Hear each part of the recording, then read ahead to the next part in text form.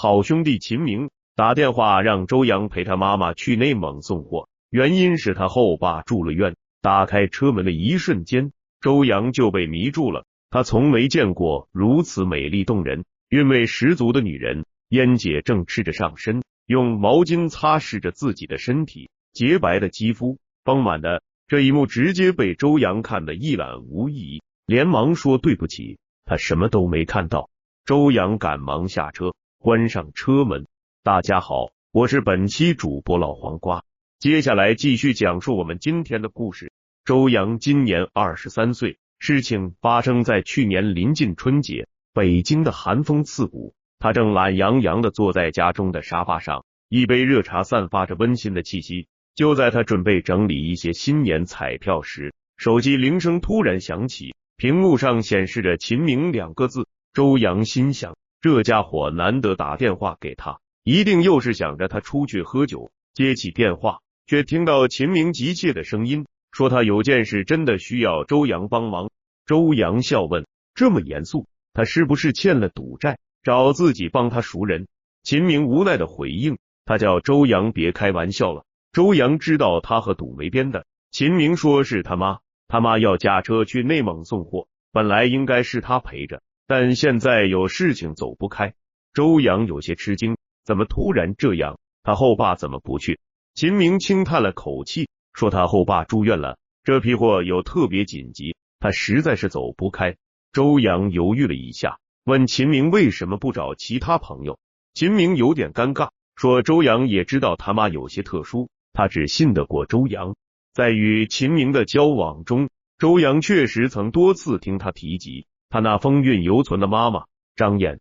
秦明这家伙长得不行，他母亲居然是一个美丽而又动人的熟女，曾在秦明家的庆祝活动上短暂的与他接触过。张燕那身材丰满，肤色白皙，微微上翘的红唇让人不禁遐想。他每次与周阳对话时，那深不见底的眼神中总似乎藏着一些难言的秘密，他简直就像一颗熟透了的水蜜桃，轻轻捏一下就会爆汁水的感觉。周阳笑了笑，说既然是燕姐，那他就陪陪，但秦明要请他吃一顿好的。秦明欣然答应，说没问题，等他们回来，他请周阳吃海底捞。周阳说他回来了，秦明还必须请他去洗脚。秦明嘿嘿一笑，说没问题，别说洗脚了，去会所泡妞都不是问题。说定后，周阳收拾了一下，准备第二天动身，陪张燕前往内蒙。第二天，周阳如约来到张燕家，他按了一门铃，门被打开，映入眼帘的是一位身穿旗袍、身材饱满、风韵十足的女人。这女人看上去40来岁，保养的极好，她画了一个精致的妆容，美丽的五官搭配她那一身的穿着，简直可以用国色天香4个字来形容。周阳又一次被迷住了，从没见过如此美丽动人、韵味十足的女人，哪有跑大货车的女人长得如此水润动人？他心里想。见周阳愣神期间，张燕面带微笑上下打量着他，问他是不是周阳。周阳说是的，然后他问秦明去哪了。里屋的秦明听见门口的动静，也跑了出来，却神秘兮兮的将周阳拉到一旁，叹了口气，仿佛下定了决心。他告诉周阳，其实不仅仅是陪他妈送货，事情可能会让周阳觉得不可思议。周阳轻轻挑了挑眉，等待他继续。秦明开始解释，说他后爸身体一直不太好，虽然现在情况稳定，但他妈和他都明白，想要保证家里的产业在未来不会出问题，他妈需要再生一个孩子，而这个孩子他妈希望是周阳的。周阳愣住了，感觉好像被人狠狠地扔了一桶冷水，一时间竟不知所措，问秦明是不是在给他下套。秦明声音带着严肃，说他知道这很难以接受，但事情是真的，他妈其实已经有了这个打算，只是嘴上没明示，但他知道他妈的意思。秦明说他考虑了很久，觉得这也许是最好的方法，他们希望周阳能够帮忙。心跳得飞快，周阳努力平复情绪，对秦明说他爸妈可以人工受孕，为什么非要他？而且秦明可是他好兄弟，他怎么可以当秦明的爸爸？秦明说他后爸得了不孕不育症，那方面是死的，医院里的男人精华库还不知道是什么质量，与其便宜外人，还不如便宜自己人。主要是周阳长得人高马大，还有点骚气，他妈也有点看上周阳了。秦明叫周阳放心，他是不会介意的。这事情也是经过他后爸的同意。周阳真是服了秦明这一家人的骚操作了，转头看向他妈妈，正好四目对视。张燕风情万种的冲周阳一笑，周阳当时感觉有点懵，一时间反应不过来，这一切都算什么？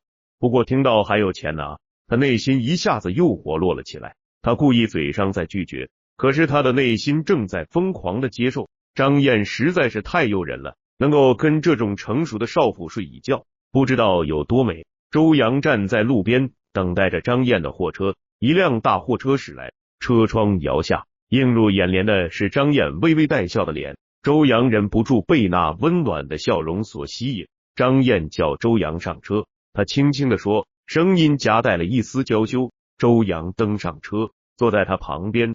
货车发动，他们正式踏上了前往内蒙的旅程。早晨的微风带着一丝凉意，车里放着柔和的音乐，调和了早起的困乏感。在车子的摇晃中，周阳能明显感受到张燕与他之间逐渐升温的空气。每当车子颠簸，张燕的身体不经意的会和他有所接触，每次都让他的心跳加速。张燕说秦明告诉他了关于那个事情。张燕突然开口，声音有些小，似乎有些羞涩。周阳瞬间紧张起来，问秦明说了什么。张燕叹了口气说，秦明希望自己能有一个和他亲生的儿子。张燕话未说完，目光有些迷茫。周阳心中有些懊恼，怎么秦明事前就告诉他了，不禁有些尴尬。但周阳还是鼓起勇气问张燕，他怎么看这件事情。张燕盯着前方，声音低沉，说他是愿意的。可是说到这里，他的眼角湿润了。周阳能感受到他的无奈和矛盾。车内陷入了短暂的沉默，周阳不知道该说些什么，只能尽量去理解张燕的心情。突然，张燕减缓了车速，车停在了路边。他转过头来，那水汪汪的眼睛直视着周阳，问周阳愿不愿意帮助他。周阳被张燕的眼神所吸引，如坠入一个无底的漩涡。他深吸了口气，说他会尽他所能帮助张燕的。车内的气氛似乎更加暧昧了。他们重新上路，一路上话不多，但每一个目光交汇，每一个轻微的触摸，都让他们之间的关系更加亲近。大家彼此心照不宣，让这种暧昧的气氛尽情的渲染。张燕驾驶着货车继续行驶，很快他们来到了高速。上了高速之后，车子就可以一路驰骋。张燕叫周阳陪他聊聊天，他怕自己长时间开车，大脑会分神。周阳笑着回答说好，但一时间他都不知道跟张燕聊些什么。还是张燕先问周阳，他有没有女朋友？周阳说没有，他老实的回答。张燕说他长得高大帅气，怎么会没有女朋友？他是不是在骗燕姐？张燕全程嘴角带着笑容，目光看着前方。周阳说他真的没有骗张燕，主要是他之前当兵去了，部队里又全是汉子，出来后直接工作，没时间谈恋爱。看周阳说话言语比较真切，张燕居然露出一丝窃喜的表情，突然问他有没有跟女人发生过实质性的关系。周阳被问得老脸一红，摇了摇头，甚是尴尬。他长这么大了，连女人的手都没摸过，真的很失败。周阳老脸一红，尴尬的说还没。张燕叫周阳要加油，还说觉得他不错。张燕冲着周阳妩媚一笑，他这一笑弄得周阳心里痒痒的。这话什么意思？是不是让他主动？这话说的周阳食指大动，脑海里又浮现秦明跟他聊的内容，让他在路途跟自己妈妈发生关系。越想周阳就越发的感觉刺激无比，这种经历恐怕全天下没有几个男人经历过。周阳的余光不受控制的看向张燕，下意识的咽了咽口水。伴随着聊天，周阳也越来越放开，不再那么拘谨了。张燕比周阳想象中要开放，感觉他的性格和脾气都很好。周阳告诉张燕，其实他也会开大货车，他以前在部队里面考到有驾照。张燕要是开累了，可以换他来开，他已经把驾照带来了。听到周阳会开大货车，张燕显得很兴奋，说他真棒。这突如其来的夸赞让周阳有点受宠若惊。张燕让他先到后面睡一会，4个小时后他再来开。这次周阳没有拒绝，脱掉鞋子爬到车后座上躺了下来。被褥真的很香，他戴耳机开始入睡。也不知过了多久，周阳突然感觉大巴车停了下来。这时他听到张燕叫他，见周阳没有答应，张燕便不再呼喊了。周阳迷迷糊糊的摘下耳机，准备回复张燕。当他起身的那一刻，看到张燕正在解下自己的裤子，即便灯光很昏暗，周阳依然能够看到张燕那雪白的。紧跟着张燕手里拿着一个尿壶，蹲了下来。这还是周阳人生第一次如此近距离看一个女人小姐，视觉上的冲击再加上哗啦啦的流水声，周阳体内的血液再次沸腾。怪不得刚刚张燕在小声的呼喊他，原来是怕他突然醒来看到自己。或许这就是开大货车司机的痛苦，解决大小便这块真的不方便。周阳听到悉悉索索的声音，这是张燕正在穿裤子的声音，他直接装睡，假装不知道。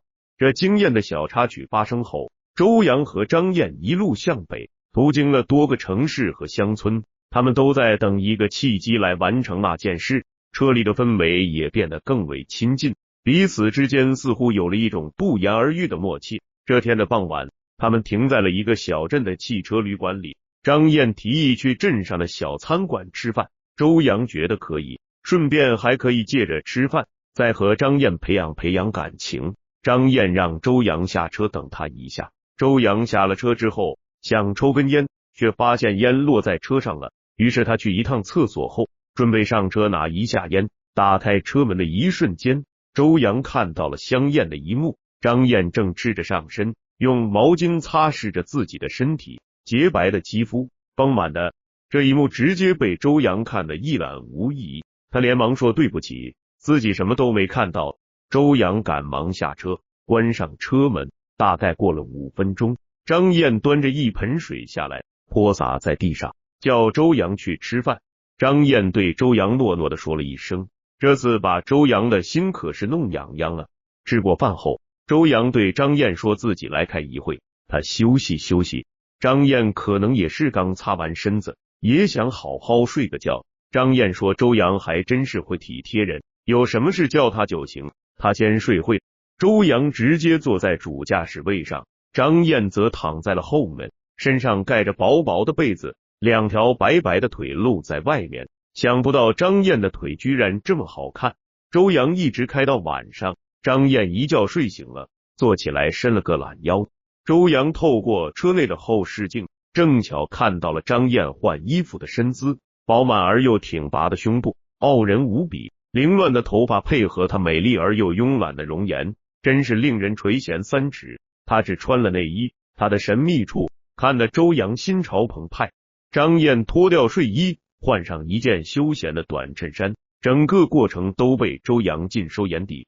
这2天，周阳和张燕的感觉在潜移默化中快速发展。周阳感觉张燕真的很温柔，很体贴，说一句不知廉耻的话，周阳感觉自己好像喜欢上了她。张燕给周阳的感觉既不像长辈，又不像同辈，她的温柔让周阳内心感到无比安宁。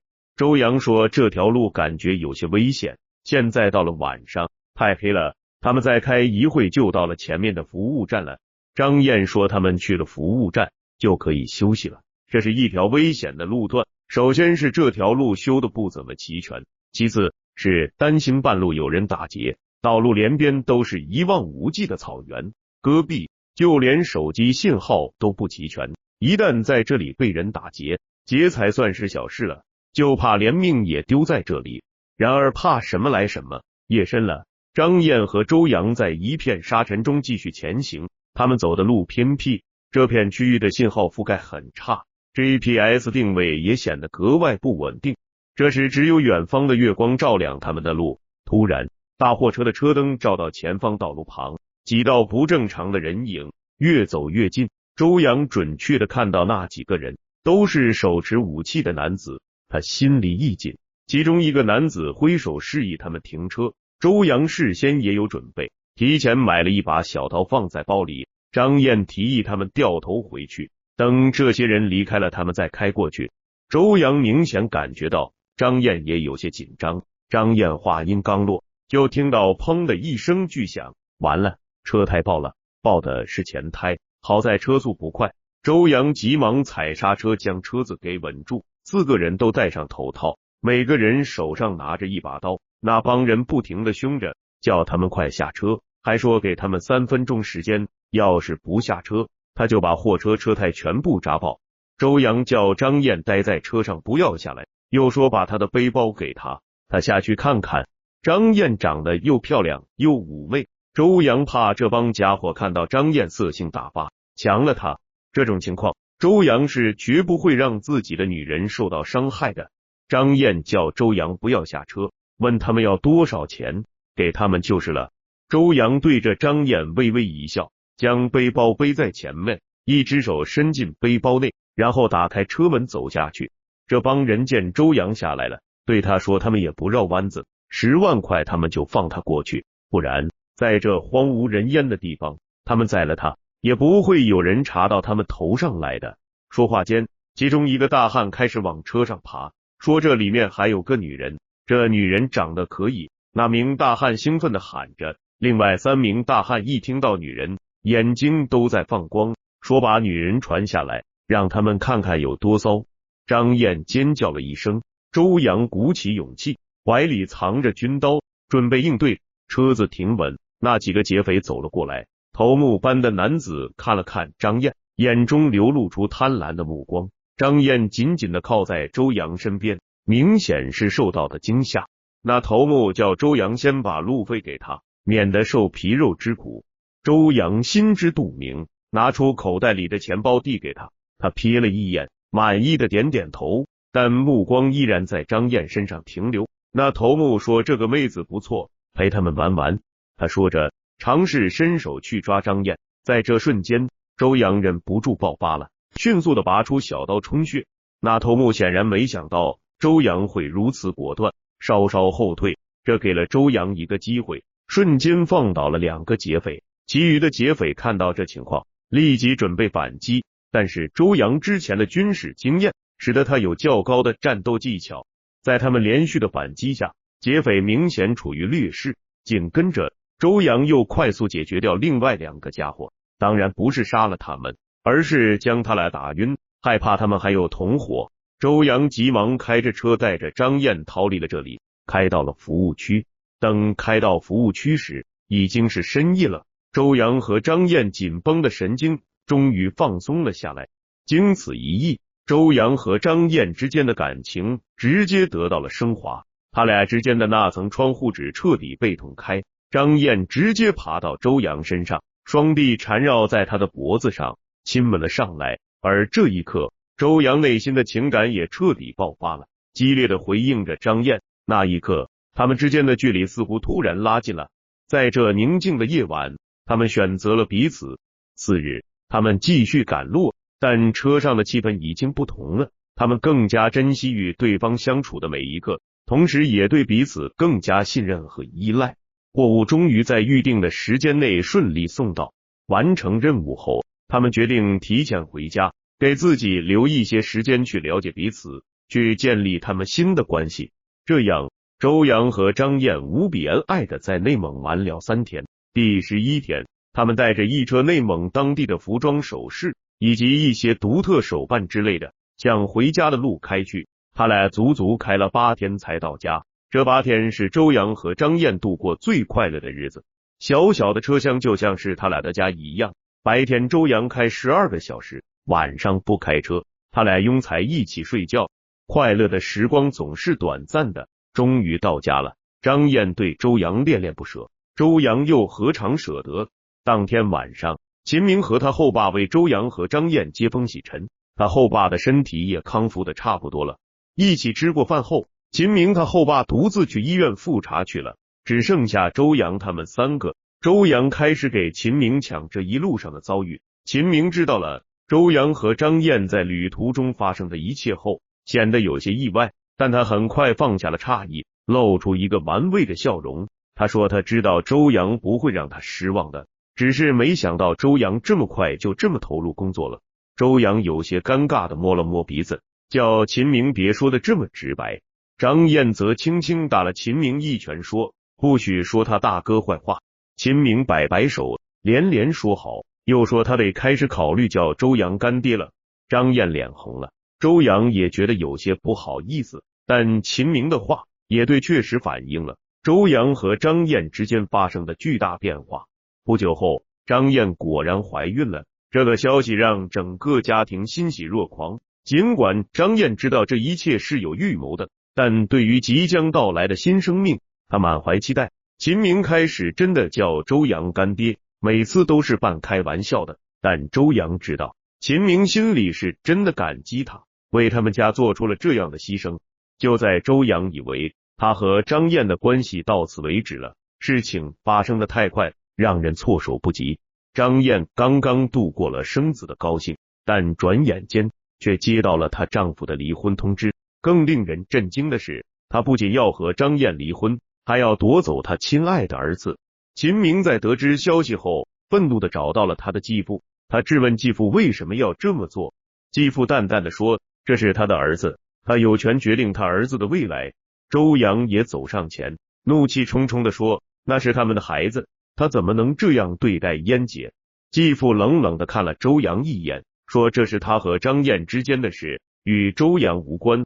秦明气得直摇头，但无可奈何，毕竟他继父掌握了家族的大部分产业，他们很难对抗。没过多久，离婚协议书被送到了张燕的手中，他无力的翻阅，脸上满是绝望的表情。继父给他留下了一个分公司，但要求他永远不得再接近他的儿子。在那一刻，周扬深深的感受到了张燕的无助和痛苦，他失去了自己心爱的孩子，而且还要承受着这样的打击。周扬拿起协议书，深吸了一口气，他叫张燕别担心，自己会一直陪在他身边，支持他。张燕流泪的看着周扬，微微颤抖的说谢谢他。